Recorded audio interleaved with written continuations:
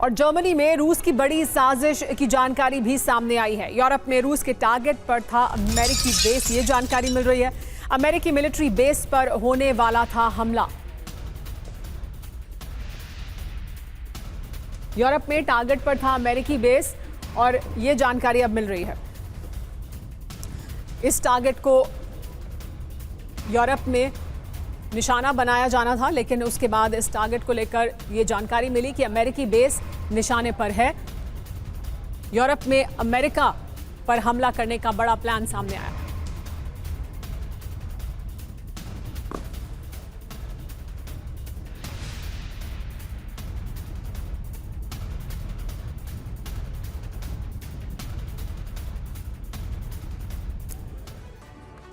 अमेरिकी military base पर बड़ा हमला टल गया है। बड़ी साजिश की जानकारी अब सामने आई है।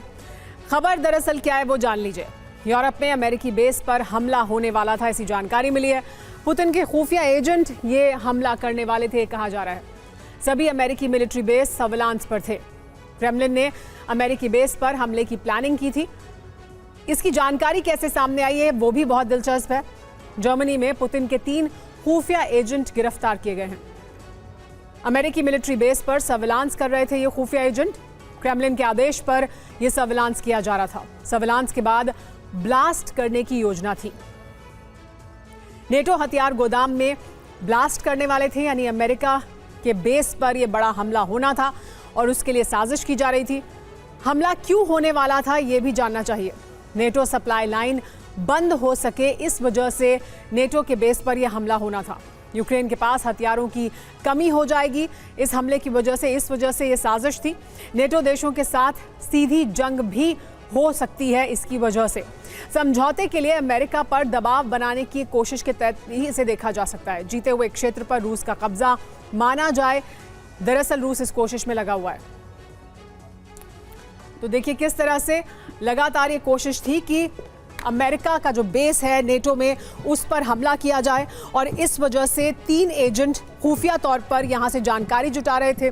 इन एजेंट्स को गिरफ्तार किया गया है। ये एजेंट दरअसल ये जानकारी जुटा रहे थे कि किस तरह से यहां पर नेटो बेस पर हमला किया जाए। दरअसल बड़ा प्लान यही था कि पहले नेटो बेस के बारे में जानकारी इकट्ठी की जाएगी और उसके बाद जानकारी लेने के बाद यहां पर ब्लास्ट किया जाएगा। यूरोप में अमेरिकी मिलिट्री बेस निशाने पर था। बेल्जियम और रूस से जो दूरी है वो भी आइए हम आपको बताने वाले हैं इस ग्राफिक के जरिए। यूरोप में अमेरिकी मिलिट्री बेस को कैसे निशाना बनाया जाता। बेल्जियम जो जगह है वहां रूस की जो दूरी है उसकी वो 2253 किलोमीटर है, और रूस से जो दूरी है पोलैंड की वो 1223 किलोमीटर है। इसके अलावा जर्मनी, ये वो जगह हैं जहां पर नेटो के बेस हैं। रूस से ये दूरी 1836 किलोमीटर है। ये जो बेस हैं ये निशाना हो सकते थे। रूस से इटली का जो बेस है उसकी दूरी 2405 किलोमीटर है।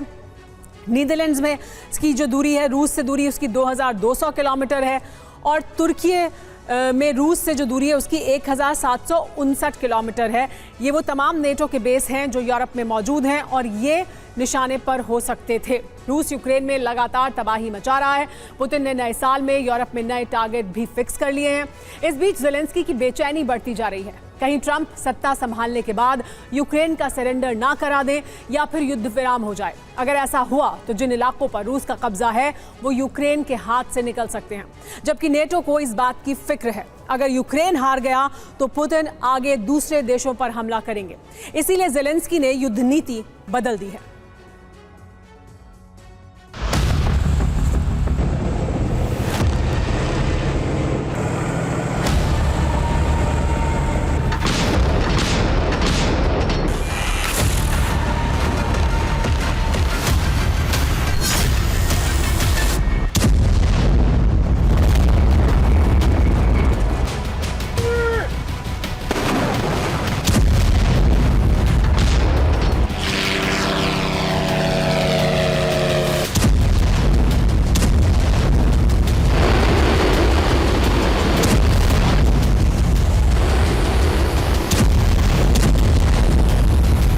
नए साल में अगर पुतिन ने हमले का नया पैटर्न अपनाया है तो ज़ेलेंस्की ने भी अब युद्ध नीति बदल डाली है।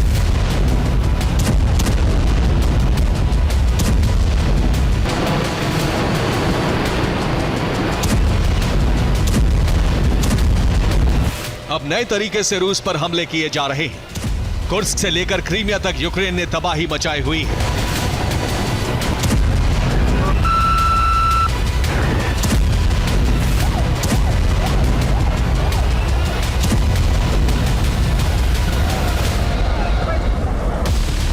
दरअसल ज़ेलेंस्की ने रणनीति के दो फ्रंट खोल दिए हैं। पहले फ्रंट पर वो रूस पर हमले करके उसे बैकफुट पर लाने की कोशिश में है। दूसरे फ्रंट पर डोनाल्ड ट्रंप से बातचीत करके युद्ध को लंबा खींचने की सहमति बनाने में जुटे हैं। यानी ज़ेलेंस्की ने अपना कूटनीतिक दांव भी खेलना शुरू कर दिया है। अमेरिका में ट्रंप की वापसी के काउंटडाउन से यूक्रेन की बेचैनी बढ़ रही है, क्योंकि ट्रंप बाइडेन की युद्ध नीति का विरोध कर चुके हैं। वैसे डोनाल्ड ट्रंप ने एक बार कहा था कि ज़ेलेंस्की दुनिया के बेस्ट सेल्समैन हैं। वो अपना दर्द बेचकर अमेरिका के $1 बिलियन ले जाते हैं।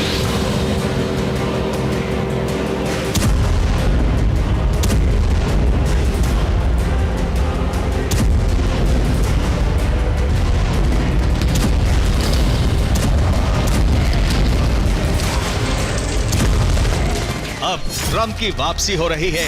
ऐसे में सवाल उठ रहा है कि क्या ज़ेलेंस्की की डिमांड पूरी करेंगे। हालांकि जो कयास लगाए जा रहे हैं उसमें यह तय माना जा रहा है कि डोनाल्ड ट्रंप यूरोप से ज्यादा अरब पर फोकस करने का मन बना चुके हैं।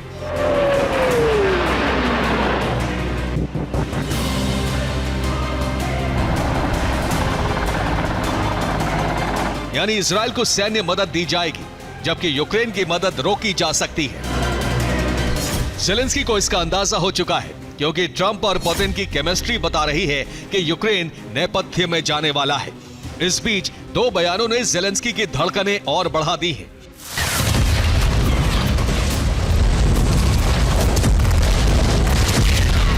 रूस में अमेरिका की राजदूत लिन ट्रेसी ने कहा है कि वॉशिंगटन मॉस्को के साथ कंस्ट्रक्टिव बातचीत के लिए तैयार है, जबकि स्लोवाकिया की एमईपी यानी member of European Parliament Katarina Roth ने कहा है कि मॉस्को भी शांति वार्ता के लिए तैयार है। यानी यूरोप में हालात ज़ेलेंस्की के हाथ से निकलते जा रहे हैं। दूसरी तरफ ट्रंप सरकार आते ही ज़ेलेंस्की की मुसीबत और बढ़ सकती है।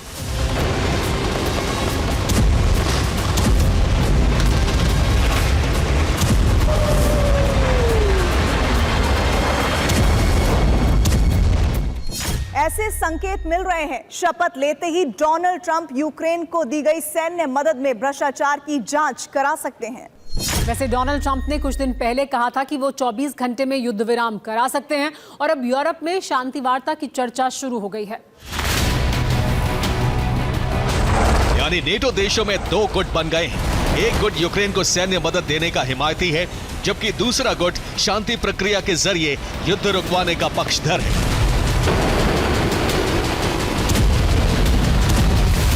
बदलते हालात को देखते हुए ज़ेलेंस्की ने भी अपनी युद्ध नीति को बदला है। अब वो नेटो को आगे रखकर डोनाल्ड ट्रंप को साधने की तैयारी में है। इसके लिए फ्रांस के प्रेसिडेंट इमैनुअल मैक्रो के जरिए ट्रंप से सीक्रेट मीटिंग की तैयारी की जा रही है। इसके साथ ही बैकडोर से नेटो की सैन्य शक्ति का इस्तेमाल का ब्लूप्रिंट बना लिया है, क्योंकि नेटो जल्द ही यूक्रेन को नॉन न्यूक्लियर सैन्य मदद देने के लिए तैयार हो गया है।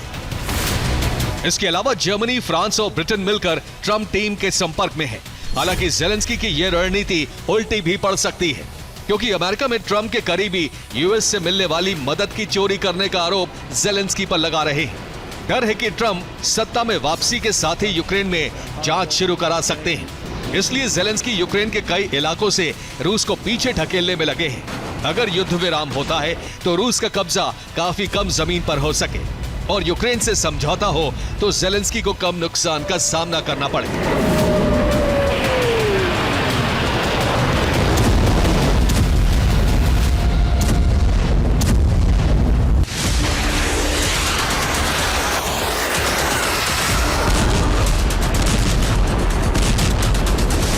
कुर्स्क से लेकर क्रीमिया तक यूक्रेन के हमले बता रहे हैं कि ज़ेलेंस्की को उम्मीद जगी है कि ट्रंप का रुख बदल सकता है, क्योंकि कई देश बैकडोर से ट्रंप को सैन्य मदद के लिए तैयार कर सकते हैं।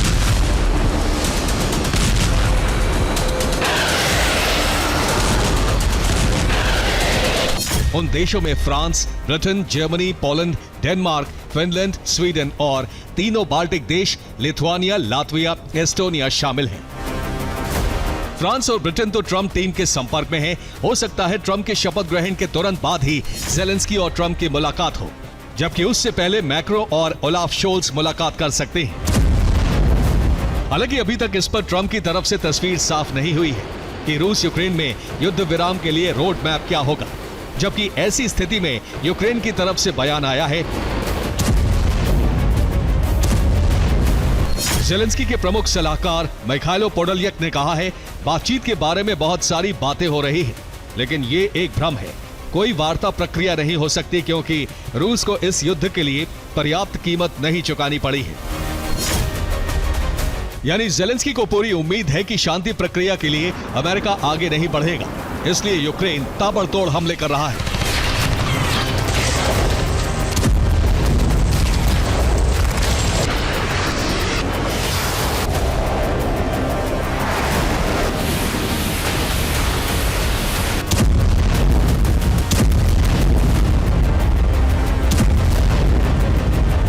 बेलगोरोद में 13 रिहायशी इलाकों में ड्रोन स्ट्राइक की। कुर्स्क में रूस की मिलिट्री पोस्ट तबाह कर डाली। सेवेस्तोपोल पर भी ड्रोन से हमला किया। यूक्रेन ने दावा किया है कि उसने पिछले साल यानी 2024 में रूस के 37,000 ड्रोन मार गिराए। इसके अलावा स्टॉर्म शैडो से यूक्रेन ने काला सागर में तबाही मचाई हुई है, जिसमें रूस के 2 हेलीकॉप्टर मार गिराए। यूक्रेन के ड्रोन अटैक से क्रेमलिन की घबराहट बढ़ती जा रही है, क्योंकि नेटो से यूक्रेन को सस्ते और हल्के कामिकाज़े ड्रोन बनाने की तकनीक मिल चुकी है, जिससे वो खुद ही प्रोडक्शन कर रहा है। ड्रोन खतरे को देखते हुए रूस ने नया प्लान बनाया है। अब तमाम एयरबेस और सैन्य ठिकानों पर एंटी ड्रोन वॉल बनाई जा रही है। एयर डिफेंस तैनात करके सुरक्षा की जा रही है, जिससे यूक्रेन के ड्रोन हमले रोके जा सके।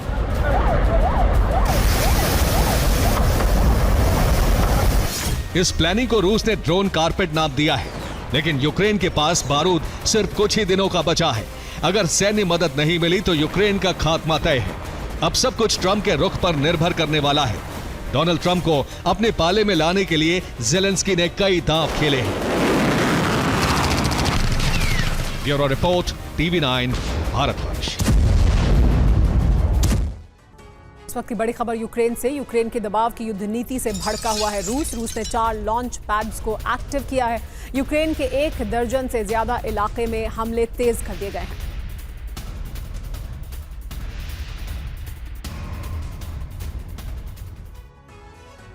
यूक्रेन पर रूस ने भीषण पलटवार किया है। 4 लॉन्च पैड एक्टिव किए हैं रूस ने। ये लॉन्च पैड हैं ब्रियांस्क में, ओरियोल में, प्रिमोर्स्क में, अख्तरस्क में और क्रीमिया में। जमीनी मोर्चे पर एक्शन दिखाई दे रहा है। ज़ेपेट बैटल ग्रुप 8 यूक्रेनी ब्रिगेड पर हमले हो रहे हैं। वोस्तोक बैटल ग्रुप यूक्रेनी सुरक्षा घेरा तोड़ रहा है। युग बैटल ग्रुप यूक्रेनी पोस्ट पर कब्जा करने के लिए आगे बढ़ रहा है और सेवेर बैटल ग्रुप खार्किव में AFU पर अटैक कर रहा है। नीपर बैटल ग्रुप खेरसोन के युद्ध में बढ़त बना रहा है। तो लगातार ग्राउंड एक्शन, रूस की तरफ से अलग अलग स्ट्रैटेजी बनाकर, रणनीति बनाकर यूक्रेन पर हमले किए जा रहे हैं। और इस वक्त एक बड़ी खबर आ रही है। कासगंज के चंदन हत्याकांड के दोषियों को उम्र कैद की सजा सुनाई गई है। NIA के स्पेशल कोर्ट ने सुनाई है उम्र कैद की सजा। इस पूरे मामले में कासगंज के NIA स्पेशल कोर्ट ने उम्र कैद की सजा सुनाई है। सभी 28 दोषियों को उम्र कैद की सजा सुनाई गई है। तिरंगा यात्रा के दौरान 2018 में कासगंज हिंसा में चंदन गुप्ता की हत्या हुई थी। अब 28 जो इस पूरे मामले में दोषी थे, उन सभी को उम्र कैद की सजा सुना दी गई है। ये सजा NIA स्पेशल कोर्ट ने सुनाई है। इस पर और जानकारी के लिए हमारे साथ विपिन चौबे जुड़ गए। विपिन, सभी 28 दोषियों को उम्र कैद की सजा सुनाई गई है और क्या कुछ कहा गया है आदेश में? जी बिल्कुल, लखनऊ की NIA कोर्ट ने शुक्रवार को ये फैसला सुनाया है। इससे पहले गुरुवार को इन 28 दोषी जो इसमें नामजद थे चंदन गुप्ता हत्याकांड में, उनको दोषी करार दिया गया था और आज दोषी करार देने के बाद उनकी कैद पर बहस हो रही थी। बहस करने के बाद इस पूरे मामले में जस्टिस विवेकानंद शरण त्रिपाठी ने फैसला सुनाया है और इस पूरे मामले में एक दोषी सलीम गुरुवार को पेश नहीं हुआ था, उसने भी कोर्ट में सरेंडर किया और आज उन 28 दोषियों को उम्र कैद की सजा सुनाई गई है। और आज कासगंज दंगे में मारे गए ABVP कार्यकर्ता चंदन गुप्ता के परिजनों को इंसाफ मिला है और परिजन इस सजा के बाद राहत की सांस महसूस कर रहे हैं। जी हाँ, तो सभी जो 28 दोषी हैं वो इस वक्त लखनऊ जेल में, जो जिन्होंने सरेंडर नहीं किया था उसने भी सरेंडर कर दिया है। तो अब सबके सब 28 के 28 दोषी जो हैं वो क्या लखनऊ जेल में हैं? जी हाँ, बिल्कुल सुमेरा, इस पूरे मामले में 27 जो इसमें पहले आरोपी थे वो पहले से ही जेल में बंद थे और इस पूरे मामले में सुनवाई हो रहा था। एक जो दोषी था, जो आज दोषी करार दिया गया, सलीम, वो फरार था, लेकिन कल जब दोषी करार दिया गया तो उसने सरेंडर किया है एनआईए कोर्ट में और उसके सरेंडर करने के बाद कुल 28 लोग जो हैं इस पूरे मामले में दोषी करार दिए गए हैं। दोषी करार देने के बाद उन सभी को उम्र कैद की सजा सुनाई गई है। जब ये फैसला सुनाया गया, उम्र कैद की सजा सुनाई गई, उसके बाद चंदन गुप्ता के परिवार की तरफ से और बाकी तमाम लोग जो उस तिरंगा यात्रा में शामिल थे चंदन गुप्ता के साथ, उनके दोस्तों की तरफ से कोई प्रतिक्रिया आई है? जी बिल्कुल, परिवार एक लंबे अरसे से इंसाफ की मांग कर रहा था और उनको ये था कि बेकसूर उनके बच्चे को मारा गया इस पूरे मामले में और जब उनके बच्चे को मारा गया है तो उनको कम से कम इंसाफ मिलना चाहिए और ये लड़ाई वो लड़ते रहे हैं पिछले 6 सालों से। 6 साल बाद अब एनआईए कोर्ट से उनको इंसाफ मिला है। परिवार, परिजनों और उनके चाहने वालों ने इस पूरे मामले में संतोष जताया है और ये कहा है कि हमें इंसाफ मिला। उनका बेटा तो वापस नहीं आ सकता, लेकिन ये जरूर है कि इसकी आत्मा को शांति आज जरूर मिलेगी क्योंकि उनके हत्यारों को इस पूरे मामले में कोर्ट ने सजा दी है और तमाम 28 दोषियों को उम्र कैद की सजा सुनाई गई है। जी, बहुत शुक्रिया विपिन। आइए अपने दर्शकों को बता दें पूरा मामला क्या था। कासगंज के चंदन गुप्ता के गुनाहगारों को अब सजा दी गई है। 6 साल 11 महीने 23 दिन के बाद एनआईए स्पेशल कोर्ट ने सजा सुनाई है। और अब एक बार फिर अहम खबर युद्ध के मैदान से। कुर्स्क की जंग में यूक्रेन का आखिरी दांव देखने को मिल रहा है। इवानोव्स्की गांव पर मिसाइल से अटैक किया गया है। कुर्स्क में रूसी फोर्स के घातक हमले भी जारी हैं। एएफयू के पास गिनती के हथियार बचे हैं, ये दावा रूस द्वारा किया जा रहा है। इवानोव्स्की गांव पर भीषण अटैक किया गया है।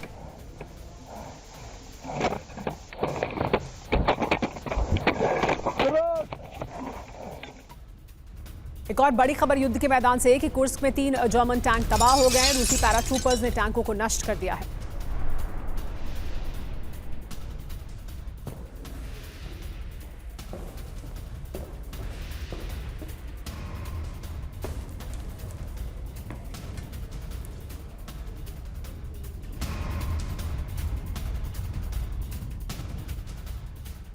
और बड़ी खबर युद्ध के मैदान से है कि यूक्रेन के हमले में रूसी सेना को बड़ा नुकसान हुआ है। कुर्स्क में बड़ा रूसी कमांड पोस्ट तबाह हो गया है।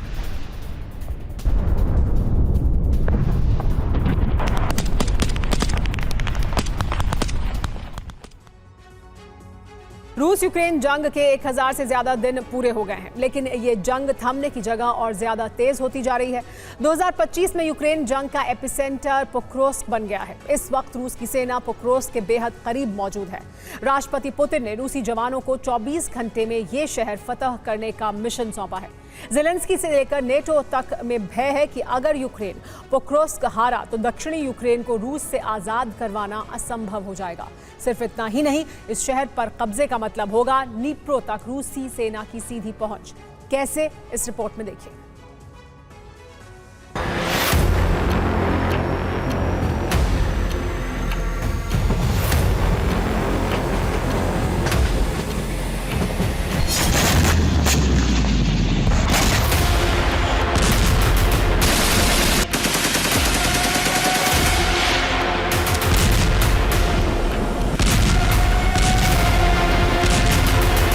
दक्षिणी यूक्रेन में मौजूद पोक्रोव्स्क यूक्रेन का वो शहर जो जंग का एपिसेंटर बन चुका है।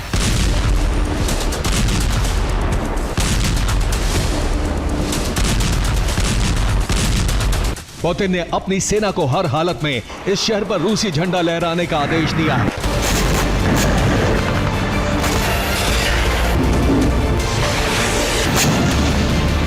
तो ज़ेलेंस्की ने किसी भी कीमत पर सैनिकों को पीछे नहीं हटने का फरमान जारी कर दिया है।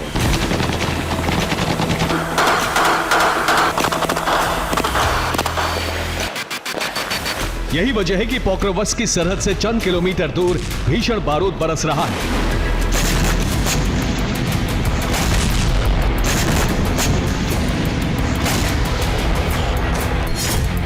रूस की सेना पोक्रोव्स्क से महज 2 किलोमीटर दूर है। पुतिन ने यहां 7000 जवानों को लगाया हुआ है जो बेहद तेजी से पोक्रोव्स्क की तरफ बढ़ रहे हैं।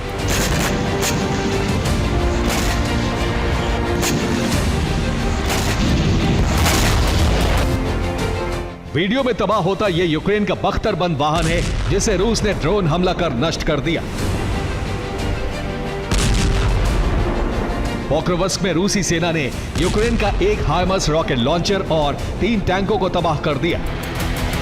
यूक्रेन ने पोक्रोवस्क को बचाने के लिए फ्रांस से मिले आस्म 250 हैमर बमों का इस्तेमाल शुरू कर दिया है।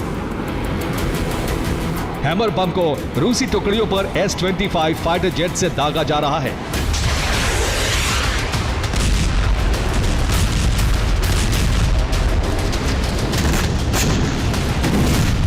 पुतिन के लिए पोक्रोवस्क फतेह करना कितना जरूरी है, इसका अंदाजा बीते 24 घंटों में रूस के हमलों से लगाया जा सकता है।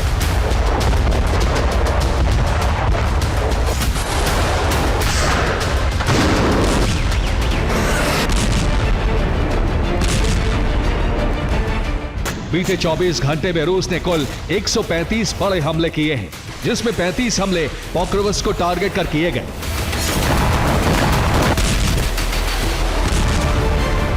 यही वजह है कि पोक्रोवस्क में यूक्रेनी आर्मी बेहद कमजोर हो चुकी है। हालात ऐसे हैं कि यूक्रेनी सैनिक पोक्रोवस्क छोड़कर भाग रहे हैं, वो भी ऐसे सैनिक जिन्हें ज़ेलेंस्की ने फ्रांस में स्पेशल ट्रेनिंग दिलवाई थी। दरअसल अक्टूबर 2024 में 1700 यूक्रेनी सैनिकों को फ्रांस भेजा गया था। फ्रांस में यूक्रेनी सैनिकों को नेटो ने खास ट्रेनिंग दी थी। ट्रेनिंग पर कुल 900 मिलियन यूरो का खर्च आया था। यूक्रेन ने इन सैनिकों की खास ब्रिगेड भी बनाई। इसे एलीट ब्रिगेड का नाम दिया गया। बीते हफ्ते ही इन सैनिकों को पोक्रोवस्क की जंग में भेजा गया था, लेकिन दावा है कि ये सैनिक पोक्रोवस्क छोड़कर भाग चुके हैं।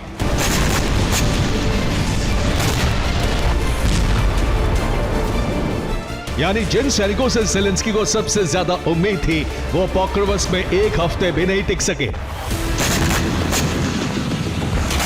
फ्रांस से प्रशिक्षित सैनिकों के भागने से पोक्रोवस्क में मौजूद बाकी यूक्रेनी सैनिकों की भी हिम्मत टूट रही है, जिसका फायदा उठाकर पुतिन के जवान आगे बढ़ रहे हैं। लेकिन सवाल है कि रूस के लिए पोक्रोवस्क पर कब्जा और यूक्रेन के लिए उसे हर हालत में बचाना क्यों जरूरी है, वो भी आपको बताते हैं।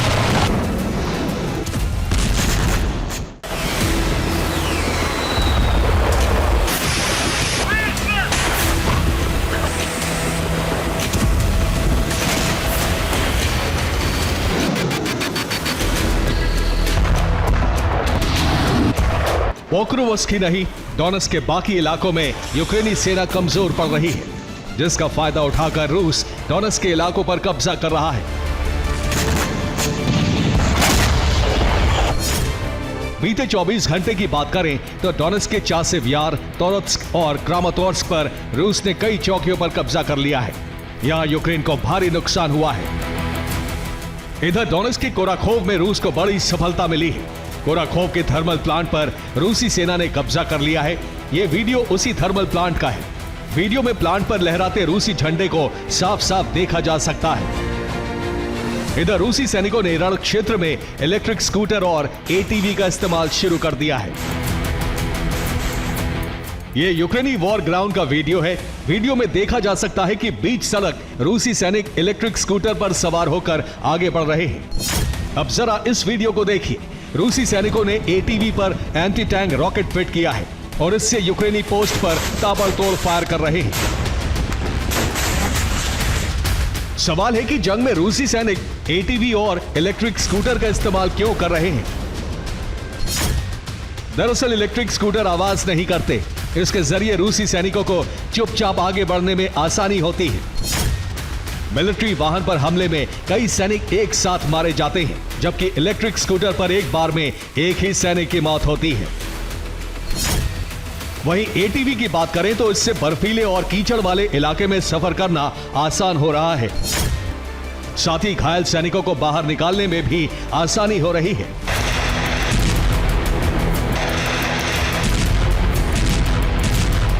एक तरफ रूसी सैनिक आक्रामक हैं, तो वहीं दूसरी तरफ यूक्रेनी सैनिकों ने अपनी कमांडर्स की रणनीति को खराब बताते हुए उनके आदेश को मानना बंद कर दिया है। हालात ऐसे हैं कि यूक्रेन को सैन्य चिकित्सकों को जंग में उतारना पड़ रहा है। इस बात का खुलासा एक यूक्रेनी युद्धबंदी ने किया है, जिसे 24 नवंबर को डोनेस्क से गिरफ्तार किया गया था। दावा है कि यूक्रेन के अस्पतालों में मौजूद 20% कर्मचारियों को सेना में शिफ्ट करने का आदेश दिया गया है।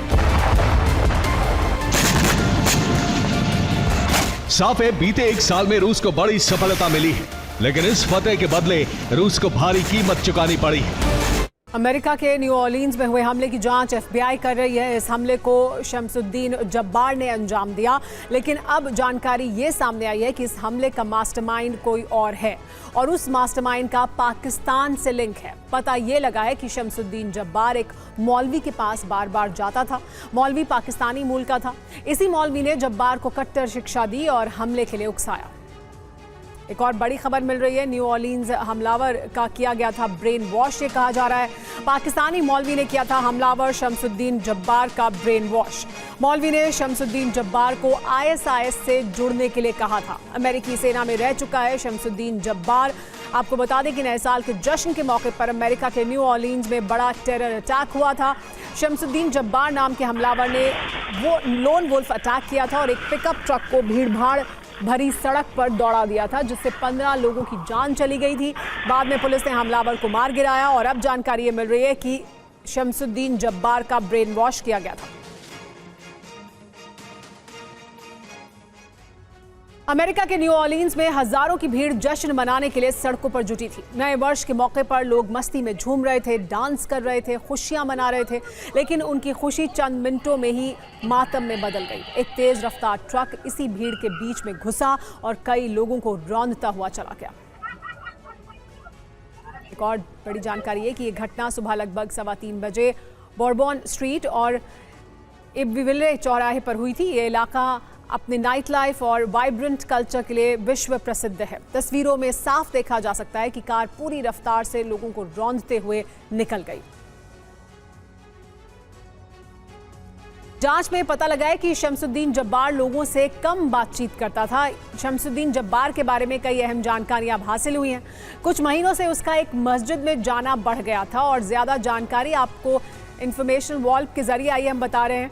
तो दरअसल देखिए, हुआ ये कि न्यू ऑर्लिन्स हमले के पीछे क्या पाकिस्तानी मौलवी है, ये कहा जा रहा है। ऐसा इसलिए क्योंकि शमसुद्दीन जब्बार ह्यूस्टन में मुस्लिम बाहुल इलाके में रहता था और उसका कुछ समय से एक स्थानीय मस्जिद में आना जाना था। जब्बार एक स्थानीय मस्जिद में आता जाता था, मस्जिद के मौलवी से वो प्रभावित था, उसके साथ उसकी कई मुलाकात होती रही हैं। पाकिस्तानी मूल के मौलवी ने जब्बार का ब्रेन वॉश किया, अब ऐसा कहा जा रहा है। जब्बार को लोन वुल्फ अटैक के लिए उकसाया गया, उसे रास्ता दिखाया गया। मौलवी ने जब्बार को आईएसआईएस से जुड़ने को कहा और शमसुद्दीन जब्बार ने वही किया। 2007 से 2015 तक अमेरिकी सेना में रह चुका है शमसुद्दीन जब्बार। शमसुद्दीन जब्बार के घर पर एफबीआई ने छापा मारा है। जब्बार के घर से कई संदिग्ध चीजें बरामद की गई हैं। जब्बार के घर वालों को थी हमले की जानकारी, ये कहना है एफबीआई का। यानी एफबीआई की इस जांच में देखिए, ये वीडियो अब सामने आया है शमसुद्दीन जब्बार के घर में जाकर जो एफबीआई द्वारा तफ्तीश की गई है उसके द्वारा, और शमसुद्दीन जब्बार के घर वालों को भी जानकारी थी। एफबीआई का भी ये कहना है। एफबीआई शमसुद्दीन जब्बार की कुंडली खंगालने में जुटी हुई है। एफबीआई ने जब्बार के घर पर छापा मारा और कई संदिग्ध चीजों को बरामद किया है। क्या क्या बरामदगी हुई है, आइए ये आपको बताते हैं। शमसुद्दीन जब्बार के घर से क्या क्या मिला है, उसमें बम बनाने के उपकरण मिले हैं, बम बनाने वाले केमिकल मिले हैं, गन केस मिला है और इसके अलावा धार्मिक पुस्तक भी मिली है। तो देखिए, ये शमसुद्दीन जब्बार के घर से सामान बरामद किया गया है, जिसमें गन केस है, धार्मिक पुस्तक है, लेकिन बम बनाने का सामान बरामद किया गया है। ये अपने आप में एक बड़ी खबर है।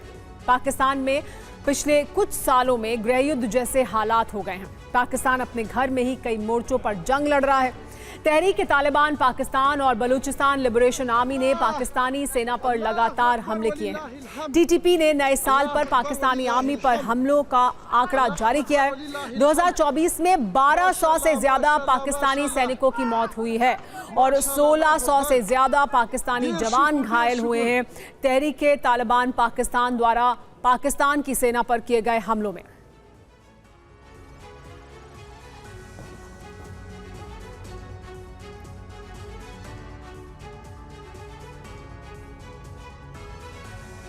टीटीपी की रिपोर्ट में और क्या कुछ कहा गया है आइए आपको बताते हैं। तहरीक-ए-तालिबान पाकिस्तान ने एक रिपोर्ट जारी की है जिसमें उसने बताया कि पाकिस्तानी सेना पर कुल अटैक 1758 हुए हैं, स्नाइपर अटैक 641 किए गए हैं, गुरिल्ला अटैक किए गए हैं 362, एम्बुश अटैक किए गए हैं 219, ग्रेनेड अटैक किए गए हैं 170 और टारगेटेड अटैक 81 किए गए हैं। मिसाइल अटैक भी किया गया है, 19 मिसाइल अटैक किए गए हैं। ये तहरीक-ए-तालिबान पाकिस्तान द्वारा आंकड़े जारी किए गए। इन हमलों में पाकिस्तानी सैनिकों की मौत हुई है 1284 की, घायल हुए हैं 1661 और 49 को बंधक बनाया गया है।